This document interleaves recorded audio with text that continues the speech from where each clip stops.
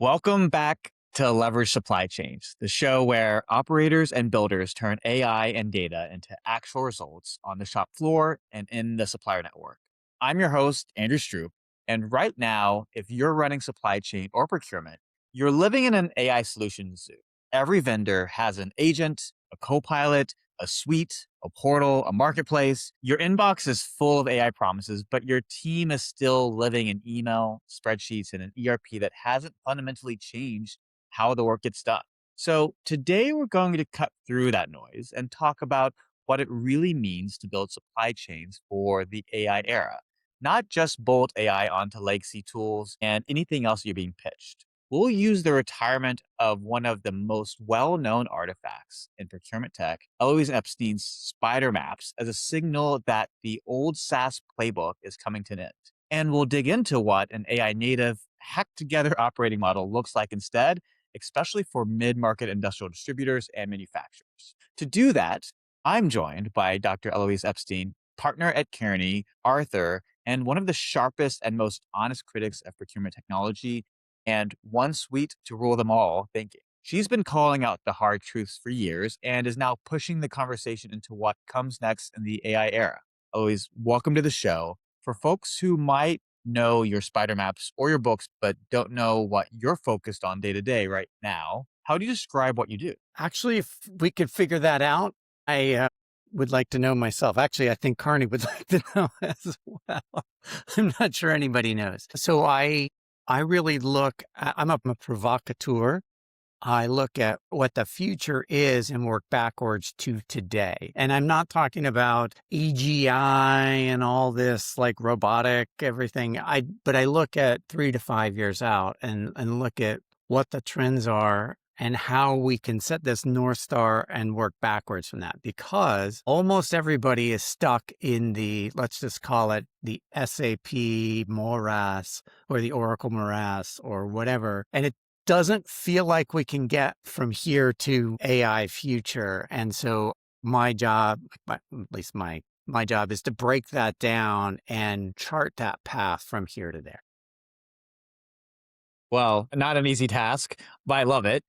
And I love obviously thinking about, whatever you want to call it, futurist or forward thinking or setting some guide rails around these. I mean, I think it's so interesting about this context gets developed over time and also the muscle memory around it that you get to see. On that, I think it's interesting because you have a very non-traditional path too. Like your path in procurement and supply chains wasn't exactly textbook, which, I think there's generations of, these people in supply chain procurement over time. But what were some of the key detours or left turns that shaped how you've seen the space today? Well, my entire career is a left turn. And the folks in my generation did not set out to do procurement. We ended up in it, and that's true for me. And I came from the performing arts background. I was a production manager, not a performer, fortunately for everybody else. But it did give me good insight into skills that certainly help me today in terms of creativity and storytelling and so forth. And was working at San Francisco Opera. It was a great job. I love the opera, and I was doing a little work for San Francisco Ballet. Anyway, it's a long story, but it was, and you're a San Franciscan. So it's like these two cultural touchstones. And I thought I really want to go from the opera to the ballet. And then the dot-com run-up happened. And I don't know if you were there in the late 90s, but I mean, you'd open up the paper, literally the paper, and everything was all about this internet and World Wide Web thing. And I just decided that I wanted to be part of it. And so the first company I went to I'd made the leap from the opera to a startup that did reverse auctions and electronic RFPs back in 2000. So the technology was very rudimentary. And I mean, to the point for the first couple of years, I would be on call. We'd have to reboot the server multiple times a day, just like Probably like in the closet at the office, oh right? yeah, exactly. It was just like, fortunately, like within my first year, we did move to a legitimate data center, but Oh my God, it was awful. Anyway, fast forward, and that startup got acquired by, it was started by some Kearney partners, got acquired, reacquired by Kearney or acquired by Kearney. And then I've been there ever since.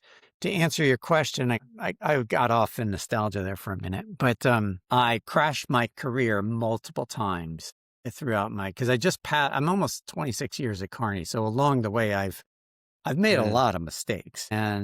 But in 2016, I had absolutely just crashed my career. It was in the ditch. I lit the car on fire and I had to walk 100 miles to my destination. And I was just standing around thinking, what happened? Like I couldn't even tell you. And sort of make a long story short is that I came to realize at that time that everybody had gone this way. Like, for those that are just listening, everybody went all the way to the left. Definitely don't mean politically, but just everybody's over here on this one end of the spectrum, and it's sweets, best of breed, sweets, one thing. And what I realized is a lot of folks were dissatisfied with that. And at the same time, you had Salesforce really flexing its muscle at the time in terms of its app store and its extensible architecture. And I was looking at that and I thought, you know what? That's not going to be like, why do we not have this in procurement? So I went all the way to the other end of the spectrum and I planted a flag and said, this is where we're going. And I was on my way to being right. And people were starting to move across the spectrum to my side. And then the pandemic hit. And then everybody on the other side came all the way flooding to where I'm at. So then now I've, not only is everybody sort of where I'm at, sort of with the sort of SaaS explosion, now we have the spectrum is extended further now to AI. So crazy. Well, I think your journey in the left turns, to your point, or whatever, maybe crashing the planes, reminds me, I'm an engineer, right? So I think about things in physics often. And it's really, you kind of talk about that wave of the consensus, right? But yet the people here, though, I think it requires like physics, like you need an outside force and perspective to shift that momentum and inertia. It's a very fascinating, and I think that's why I love, about this job, chatting with you and consistently over the years being able to, because I think we have different perspectives that maybe, are a little abnormal or against the standard path. The one thing actually I think very fascinating about your background as well is like you are one of the toughest critics in this space. Like you've literally written books, strong opinions published. You don't shy away from calling out, the stinky and what's broken. Like, what made you feel so compelled to take that public role and be so vocal? Like, what conversations did you want to force the industry to have that it was ignoring? It's a great question because I don't think I've ever quite answered that way. One is I had nothing to lose. Like I said, in 2016, 2017, even 2018, I was going to leave Kearney voluntarily or involuntarily. I didn't have anything to lose. By me just sort of like pulling the pin on the grenade and tossing it wherever it landed, that was, like, what did I care? I did not care. And actually at the time I was pre-transition, I was even angry. So like if you saw me circa 2018, 2019, I was like, come get some, like I wanted that fight. I have since, like moderated and become much calmer about the whole thing.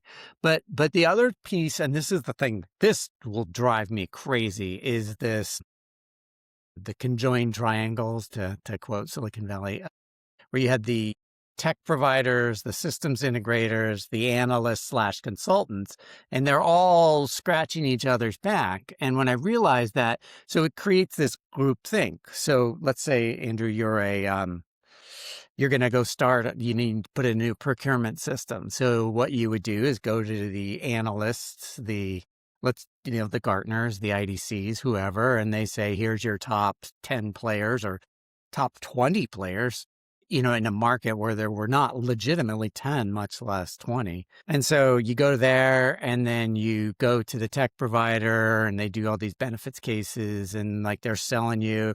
And then they go to the systems integrator. And so they're all trying to get you because the systems integrator gets, kickbacks from the system. And then somewhere along the line, the consultants come in and sign off on, like, if you invest $10 million, you're going to get $30 million in return. And what was sort of like dumb luck on my part is I came in after a whole wave, like 80% of the market had done these implementations, and they'd all gotten to this some state of failure. And I'm Mm. not castigating them, but there was enough evidence to say that that was not a successful strategy. So this conjoined triangle of everybody scratching each other's back and the collective groupthink of what a quote unquote best practice was. And so coming in after the fact, I was able to go back and look and reconstruct some of these benefits cases after the fact. And by the way, I will point out, some of these were signed off by Kearney. So I'm not like throwing stones, like I'm throwing stones at my colleagues too, because that was garbage consulting. Anyway, not to go down that path. But the benefits cases, the ROI, it was just comical. Or as the Mm. kids say, it was unserious. And so when I saw that, I'm like, first of all, I have to point this out. And second of all, you sort of add a little bit of uh, anger, and it's just like, what are we doing? So that really emboldened me and then you kind of get a little momentum on that, and then it snowballs. And next thing you know, I started writing about it in a book. And I love that. Well, maybe a little early in this new, what, if we want to call it a super cycle, but it is interesting to think about how that back scratching is kind of emerging today in the labs and the ecosystems and now the consultants and, so TBD on what that means of the contrarian position of what that looks like and even the lens of procurement. But it is interesting because I mean, we'll get to this later too, but I do think it's interesting where people should assume that AI is going to solve all of the problems, but there is a foundational question set that I think sometimes gets glossed over, which is a whole another set of questions, but it does dovetail into your spider maps. And so what I love about this is that a lot of people, I think, first discovered your work as it relates to the spider maps and the procurement tech landscape. I remember seeing them when they first came out, and like those maps literally became a public service for people trying to navigate like the solutions. And so now that you've retired them, why did you decide to retire the spider maps? And what does that say about the moment we're in now? well, I think I sensed, so I'm not going to say I had some brilliant insight, but I sensed that the SaaS market was running out of gas. And now it's got a fancy term, the SaaSpocalypse or whatever they're calling it. And so again, you have to think of this as an evolution. So this idea of one ERP or one source to pay didn't work. So we started adding more point solutions on top of that. But that was never going to be the end game. We now have to move, we're moving towards AI. And as you get to AI, what you find is much more customization and control. So if you think about it as you or I as a user, the AI is conforming itself to me, an audience of one. And I extrapolate that out to the enterprise is the solutions have to be more, and I'm going to call it build versus buy. Of course, there's some nuance in that. There's a lot of nuance. But what I'm saying is that if I'm pharma company one, I want it to work like I want it to work. And pharma company two wants it to work like they want it to work. But there's no commonality between, or very little commonality. And the way that we've done it before was, well, Andrew, you and I are going to start a new company and we're going to have the one solution. We're going to adapt it to pharma and we're going to adapt it to CPG. But at the end of the day, the core platform is the core platform. And I think what's really become clear is that, I mean, there's a lot of other things like proliferation, cost, integrations, blah, blah. But if you get past all that, comes down to, I want it custom for my enterprise because my enterprise is different than absolutely everybody else's. And to really, and this would be my argument, is to really run a 21st century business, you have to have that core digital system conform to the organization and to the individual users. Well, I absolutely agree. And I think it's very fascinating because I think there's that pendulum swing that occurs, right? That we think about how that operates. And I'm curious because, I think you touch a few really good points here, but your perspective on this, that like, ultimately in this AI era, the legacy SaaS category models shift. I mean, in some cases, probably break is maybe one way to look at it, and Yeah, the tools. And so 100% I'm break. really I'm really curious when you think about like, the one giant suite and a portal for everything and like that mindset versus the AI wave and thinking through like how you think about monoliths. Like, where do you think we are in that pendulum swing cycle as we think about a different AI native world, if you will? Well, I think so. I'm glad you mentioned that. We are going to AI native applications, and even let's overhype the term for a moment. Bear with me. AI native or AI driven organizations. And I know that's a stupid consulting term, and like, but what to me, what it's conveying is that the way we've been doing it in the past is not going to hold up in the future. Now, I want to make two branching topics from that. One, it's going to be painful, and you sort of alluded to the conjoined triangle thing that's going on with the AI chip makers and the LLM providers and blah. So we're going to go through a tumultuous period in infrastructure or in AI infrastructure platforms, blah blah blah. Just like the .com run up, it pushed us forward and then it collapsed. But what came out of the collapse, the Web 2.0, the YouTube, Facebook, all of social media, Amazon, even though it predated that, it's like what came out of the collapse has shaped our world for the next 25 years or 20 some odd years. I think the same thing's going to happen with AI. It may not be like a epic moment where it blows up, but it might have like its fluctuations. But there's no doubt that that's where we're going. And let's just say it all blows up here in 2026. What comes out of that blow up, it's not like we're going to go backwards to a single ERP system. I mean, again, that's why it's a spectrum of we did the suite, we did the point solution.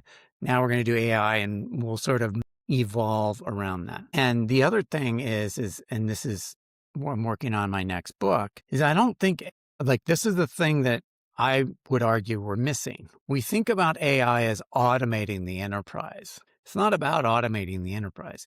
To me, AI is going to expose the enterprise and expose its structural underpinning. So when I say that AI native, quote unquote, organization or AI native, whatever you want to call it, it's this idea that what does an organization that leverages AI look like? Because go back to my Pharma One example, whatever pharma company or CPG company, like that organization has way too many people for an AI native world. Yeah, absolutely. Well, I think Jack Dorsey, in the headlines in this moment today, like probably solidified a little bit of that position point in his recent release regarding block. But, it's interesting.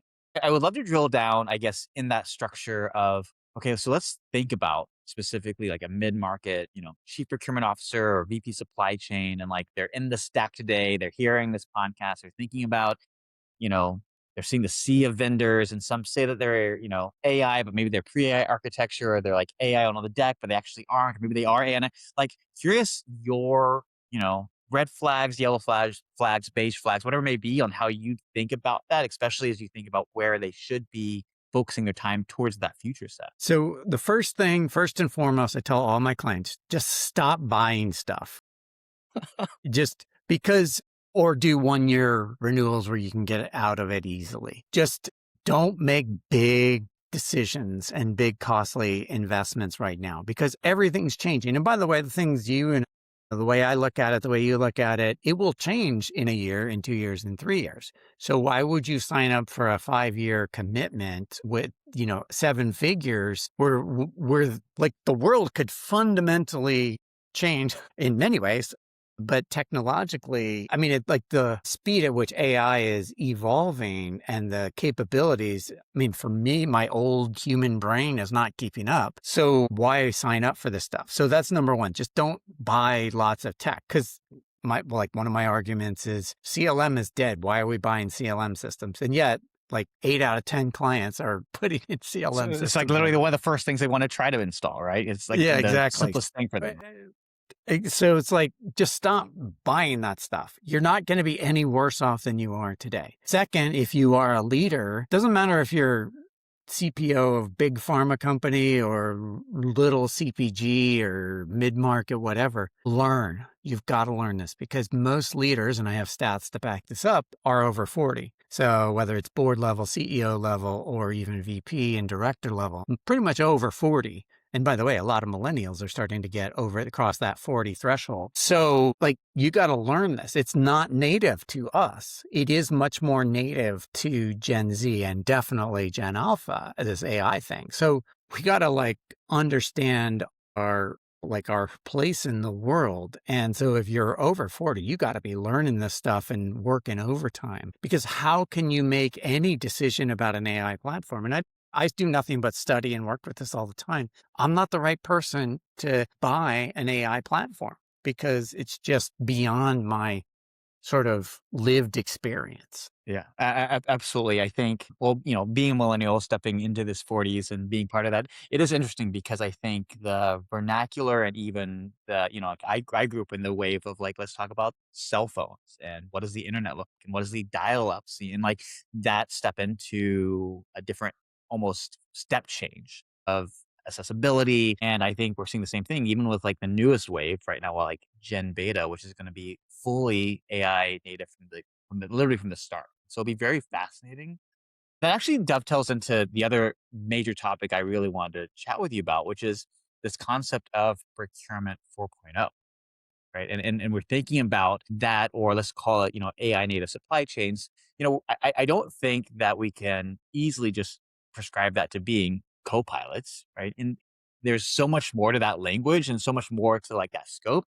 I would love from your perspective, and as relatively plain language as it makes sense, of like, what does that look like? What does an AI native procurement organization structure in your head start to look like and form and operate? Because it's going to, I think, inherently be different. Yeah, undoubtedly.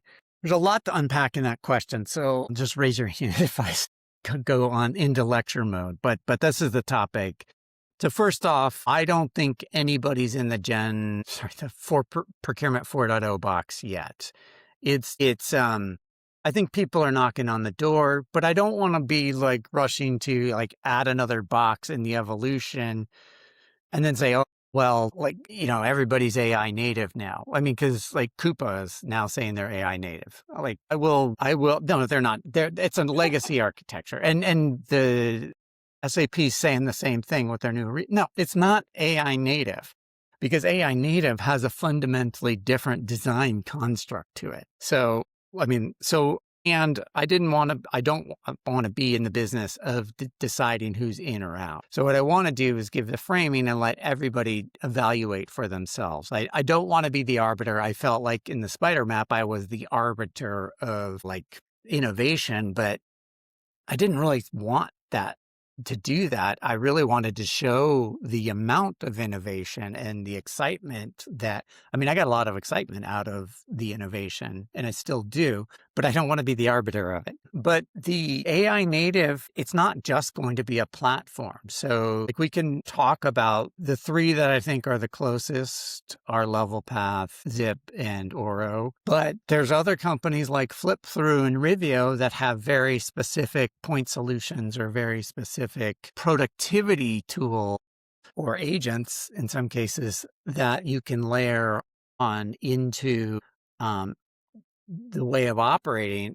I would put them like I would say they have a legitimate shot to step into that 4.0 box. But the broader, simpler way to think about this, and this gets like I'm poking at all the providers, is that if you and I, Andrew, decided, you know what, we're done. I'm quitting Kearney. You're quitting you already have done your own startup. But if you were a CPO, and this is sort of the little cheeky thing that I do, is like when I'm presenting to a leadership team and I tell them, let's just quit our jobs and all of us, we're going to go build a Gen 4 procurement or procurement 4.0. What's the first thing we're going to do? We're going to figure out what AI platform, whether it's OpenAI or Anthropic or Gemini. And then everything we do is going to be built around that AI platform. So we're not hard coding like functionality, and the coding we do is obviously going to be vibe coded. And so the 5 of us or the 10 of us on that call, if we just immediately up and quit, we're going to get to market in what, a month, 2 months tops? Whereas take every SaaS software on the spider map and the legacy players, including you, SAP and Coupa, they have a legacy infrastructure and legacy data models. And I guess I would say one more thing. I'm sorry, I did get into my lecture mode, but this is not about embedding and coding the business logic into the application. This is really using AI means outcome based. I need a contract with this supplier. How the AI goes and gets it, and especially if it's working with the supplier's AI, I don't care. I only care about the outcome. Whereas in legacy tech, which is most of it, then what you're getting business logic embedded, hard-coded into the data models and the application layer. It's really interesting because as you were describing that, I was thinking about like that classic consultant. Like you and I, well, you specifically spend so much time in the consultant. I've spent so much time working with, or even being a tangential arm in some capacities to consultants. That classic like, people, process, tech diagram that happens. Yes. And you'd have to think, especially when it comes to procurement, like to your point, so many point solutions that took years to build and these, coding the business logic into the data model and the workflows, that realistically the next, whatever that 4.0 looks like, likely is a flip on that head where it's really not so much that, it's actually focusing probably more on the people, the process, right? Which is, okay. But in an AI world, there is no process. It's outcome based. I don't care. That is true. This is the starting point. This is the end point, and the constraints, and how you and the system figure it out. I don't care. The process is, I have a quote that I'm going to use in a presentation next week. I can't find it, but it is like processes are making up for brokenness in the organizational structure and how information communicates through the organization. So that's why, it's not people, process, and technology. And by the way, yes, there's a huge aspect to the people and the evolution, but we're sort of like the people, process, and technology is so out of date because what about AI employees in that equation? Because what we're going to become is humans, is supervisors. Again, we want outcome based. I want you to go negotiate this contract, and the AI employee can go do it. And again, how it does it, I don't care. What I care about is the outcome. And so the process and people part of that, that whole construct is dead. Yeah, it's very fascinating, the breach in which we're crossing in this category, right? Because like these fundamental tools, it's like these fundamental tools that consultants and others frame around are like literally being reconstructed, which I think is the most probably fascinating part from like a anthropological like perspective. And as you zoom out, I want to zoom in a little bit here because I think this is like good framing. It's like, okay, so the typical people listening to this pod are largely mid-market industrial distributors and manufacturers, right? So let's think like triple digit million in revenue, small teams, overworked IT, a lot of emails, spreadsheet, the gravity around that. What do you think AI native looks like at that scale? Like what are they aiming for in the next, like call it 3 to 5 years that, they need to focus on? Otherwise they're going to like miss the boat in whatever they're op. So I think this is going to be like bend the mind for a moment, because I've given this a lot of like contemplation and sort of design, because most of the folks in the mid-market, not just the folks you're talking about, but even like the tech mid-markets that, are around your office and my office, and is that you don't have a lot of resources. And maybe you have an ERP system. Obviously, the folks you're talking about have an ERP system of some variety, but, a tech startup, may or may not have like a big tech infrastructure. And I think that's all okay. But this is not about, I think this is the step change in why I said stop buying technology and be more thoughtful about it. This is not about buying more transactional systems of record. In this mid-market, what you want to do is expand your supply chain and procurement capability through the use of what I would say are agents, but actually within a year, AI employees. And so now you're sort of renting the employees, or think of it as AI temp labor, where they're coming in to source a bunch of events or to manage a category or whatever. Because an AI employee, actually, you give it KPIs, you give it direction and outcomes, and it goes and does its thing, and it escalates, it monitors, it tracks, it does things, whereas like an agent's just doing a task, or an agentic cluster is a series of tasks or of a workflow. But the employee's coming in to do this, and the AI employee doesn't need a massive infrastructure. And we're seeing this with OpenClaw, right? Which I'm going to qualify this by saying, yes, I know this is a huge security risk. But if I just install it on my machine, now it's working as if it's Elouise. Now, again, huge security risk, but it can go into SAP and it doesn't mind waiting the 3 minutes or the 10 minutes for the dashboard to load. It doesn't get irritated like I do. So, Or distracted, right? Or, all or these things, right? distracted. Yeah.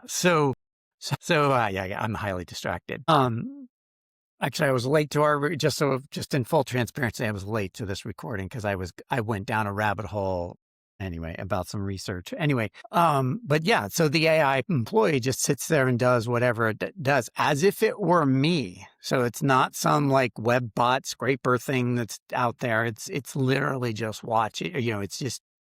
It's behaving as if it was me. So for mid markets, why would you not scale out your procurement and supply chain capability? Why would you not shrink your finance, shrink your HR, shrink your IT? Because you don't need those people anymore. And I think that's the big aha moment that we're coming to, but we haven't like really broken through that concept yet. Absolutely. And, I don't have a full conclusive opinion yet on this, but very similar to you, I've been very much in the rabbit holes of all this, whether it's open claw or different, agent orchestration. It is interesting because I think the first principles of even engineering rigor still applies, where as long as you, I think to your point, set them up with the appropriate scale permissions, whatever it may be, given the OKRs and KPIs and targets, by structuring, I think the thing that most people actually miss in this category, by structuring that feedback loop and observability as a manager, then you can basically have them do whatever you want, because to your point, you don't care about how they get there. You care about making sure they stay within the rails of getting to the end state, which I think is a hyper fascinating, but also requires a structured mind, and then how to coerce it to do what you need to do along the way. And then you create playbooks around it and scale it thereafter, right? So I might argue you need an unstructured mind for that. But I think we'll see. Because and I'm not being a jerk about this, but I think the process driven that we've seen over the last, let's call it 50, 60, 70, 80 years is really an engineering mindset. Whereas I think when we get to AI, you can't control it in that way of hard coding decision trees. And I think that's going to be hard for people to wrap their heads around. And here's the real takeaway from, as we talk about AI and 4.0 technology, is that governance becomes a way of operating, not a policy document that nobody looks at. And so when I talk about constraints, like what is it that I will allow everybody to do, and what is it I will only allow leaders to do, and so forth? Because those are going to be wide swaths of constraints, which is great, but not, this is not, we have to be very, very clear on what we're governing. And oftentimes, I don't think we're anywhere near that. Yeah. There's some emergent new technologies, I think, that are shaping some of that definition Yes. and what that is going to look like. But I think far from what I'd call a concrete or maybe steady state there. Well, I think we've gone from like high level into then like, okay, let's talk about, who's typically listening to this pod. And now, I think even more specific, what I have found to be true, especially when I go in and have helped other companies in the past, is that, let's zoom into like the first 90 days. In that category of like some new VP of supply chain, because I've often seen that's usually where they have the most influence of like the change agent. I saw this, when I was on the White House, is basically I told them, I was like, look, I give you one good year, because like, that's the year that I can like go in and be impactful before I become part of the Borg and the machine. I guess in that, whether it's in that type of distributor or manufacturer, what would you tell them to focus on in that first 90 days as they step into that role, which is going to find honestly a lot of the lifeblood of a given manufacturer distributor? Two really easy things to do. One is get a handle on all the technology and come up with a plan to reduce it, limit it. Because even if you're only paying, I don't know, $10,000, so it's like peanuts, it's still consuming a lot of overhead and time and people and just the whole management of it. So figure out what you got, figure out what you can sunset, and sort of what your AI adoption strategy is going to be. Obviously, adopting it today was almost March of 2026. Like if I came into that role in January of 2027, that's going to look a little different. But I Mhm. still think you have to get ahead of this question. And then the second thing is I gather all the people in a room and tell them, like this is there's a bus going to the future, and if you want to be on the bus, it's going to be AI and digital, and I don't care what your age is. If you want on the bus, everybody gets a ticket. Now, if you don't want to get on the bus, that's okay, but you got to go.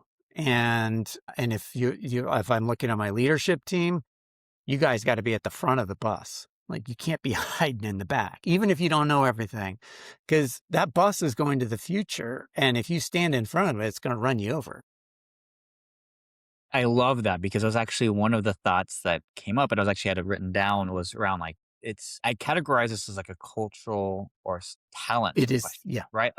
Like fundamentally, like you step into that role. To your point, like the bus, it's going whether you like it or not. There's no, the most helpful and also hurtful thing in life is time, right? And you can't really control it in any categories. And so the progression of that, is there any habit or ritual that you think or you observe that you think would be impactful for, said leader giving him advice or her advice on how to handle that transition period? Well, I think so. It's funny you mentioned people and culture because that's what I talk about now and this is also gets to this was the byproduct of stopping the spider map is the technology just went through the roof and the market doesn't need me to talk about we don't need anybody to like plot the technology and do the analyst thing like that.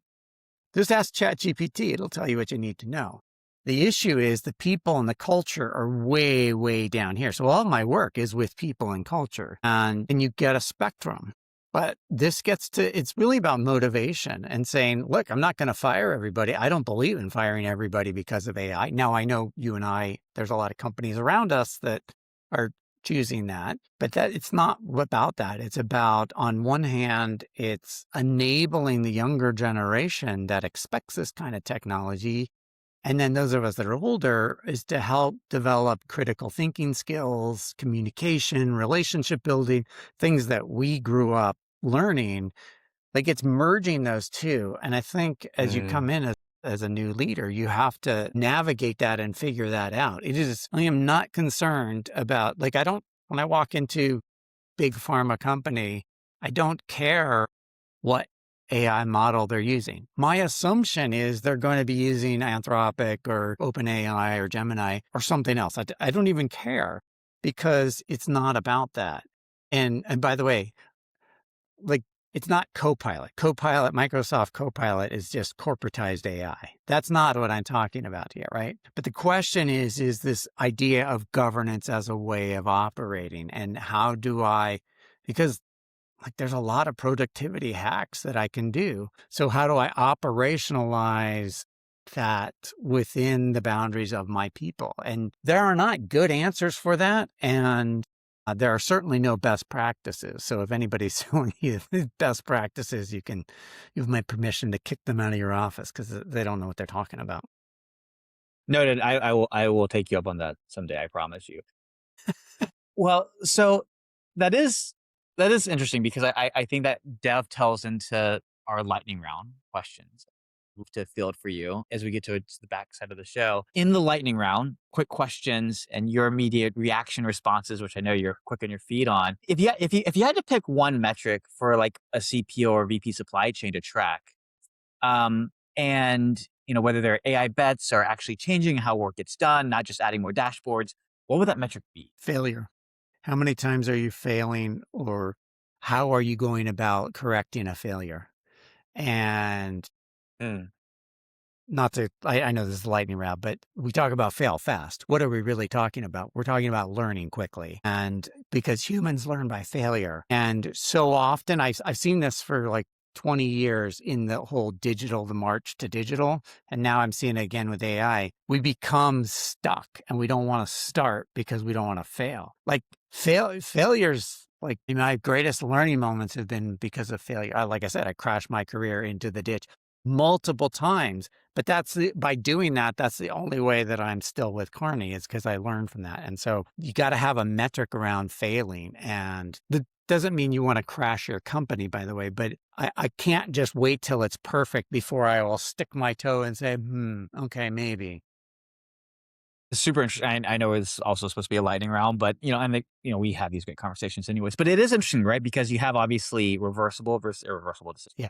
Yeah. But to your point, I think the failure feedback loop can be faster, but it is going to feel different for people, right? That experience, which is different than pulling up a tool that doesn't click the way you want it to. It's very different than basically being told either the output is wrong and or you're wrong. And I think it's a very specific visceral difference, right? Well, and also at least in corporations, like failure is seen as a bad thing and you're punished for it. So you do everything, including fudge the books or create excess, whatever. And it doesn't have to be like obvious. It's just like we kind of naturally do that because we don't want to be called out and we don't want to, we don't want to be punished. Look, I do that too. But the fact is that it sort of stunts your learning.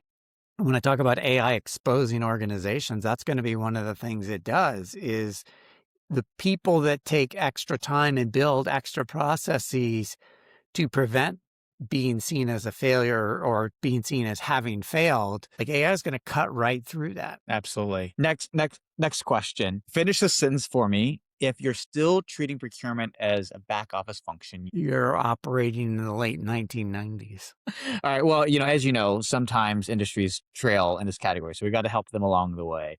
Okay, overrated versus underrated. Oh, go ahead. Sorry. Well, all I want to say though on that is that there's like, if you think about a company, just go down to the basic things. There's revenue and there's cost, and cost goes to employees and cost goes to suppliers to, produce the product, ship the product, whatever. That equation is very simple.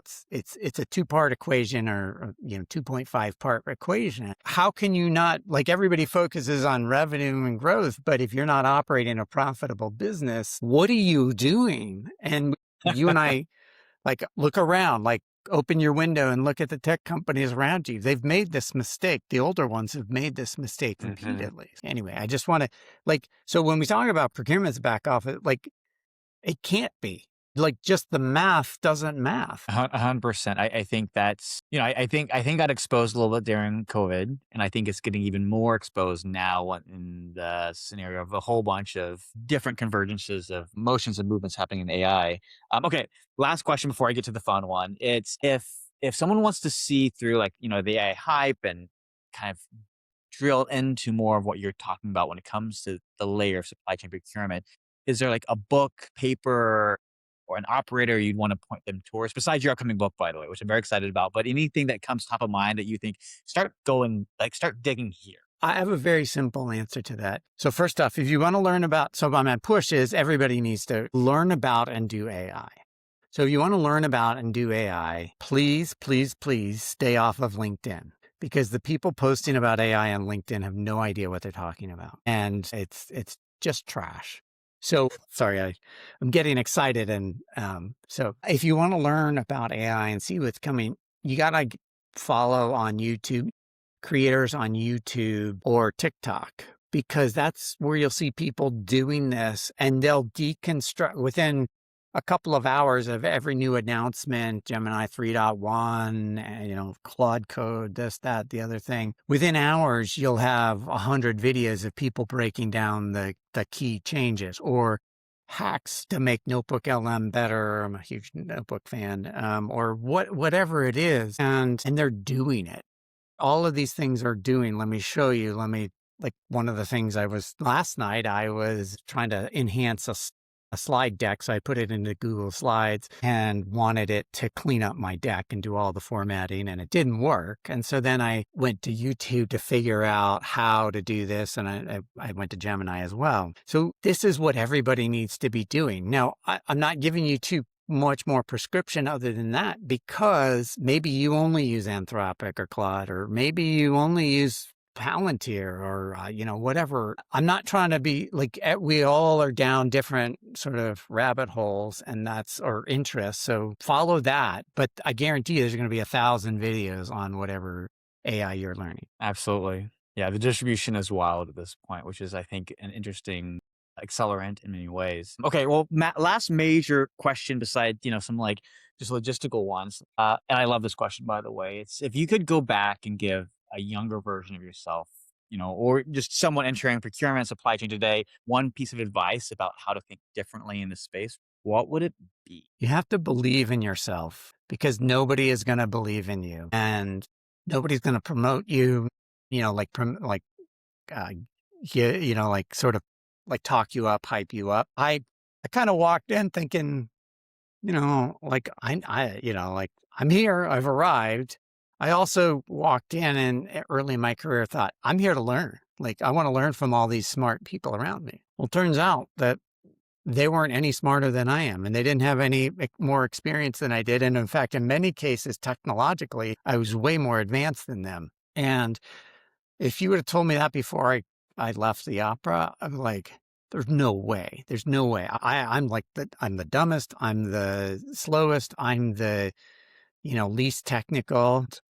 And I was surprised, and I have been surprised that plays through in terms of business, in terms of technology. Like, nobody knows it all. And I got psyched out for years of like, there's all this jargon and people are throwing around, like EBIT and EBITDA. And like, I'm just like thinking, like, I'm like Googling in the background, like, I don't understand what this stuff is. And I think you just have to have the confidence in yourself, because nobody has it. Nobody else figured. Look around the room. Nobody else knows. Here's a great example. I know I've extended this question, and especially in consulting, there's always a lot of charts and graphs and stuff. And I just look at the charts and graphs and like, I can't read them. Like my brain doesn't process the information.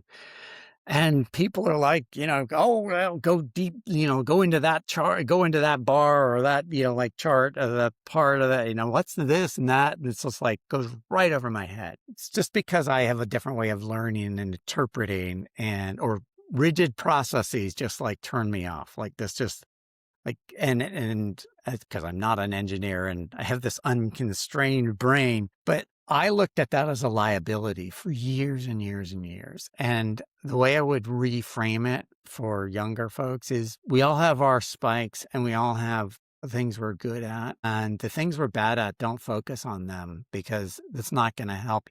If you want to improve them, great. But if you don't, that's okay too. But just know what your skills are, or your superpowers. Love that. Superpowers are important, and they're not always obvious on the onset. So I think And they're definitely I not the really like same, it as because well. I'm sure you have different superpowers than I do. Yeah, I'd imagine so. Yeah, it's super great advice to give, especially thinking about, in this transition point that we're living through right now. Well, Eloise, this has been fantastic. Obviously, thank you for walking us through how to make, move beyond suites and portals, how to retire the old mental models like the spider maps, and what an AI native hacked together supply chain might look like in the real world. For the listeners, if this conversation helped you see through some of the AI hype, or maybe gave you a career 90-day starting point, share this episode with your procurement, operations, and finance teams. Follow Leverage Supply Chains wherever you listen. Leave a quick rating or review if you can. It helps other operators and builders find the show. I'm Andrew Stroup. Thank you for listening, and I'll see you next time.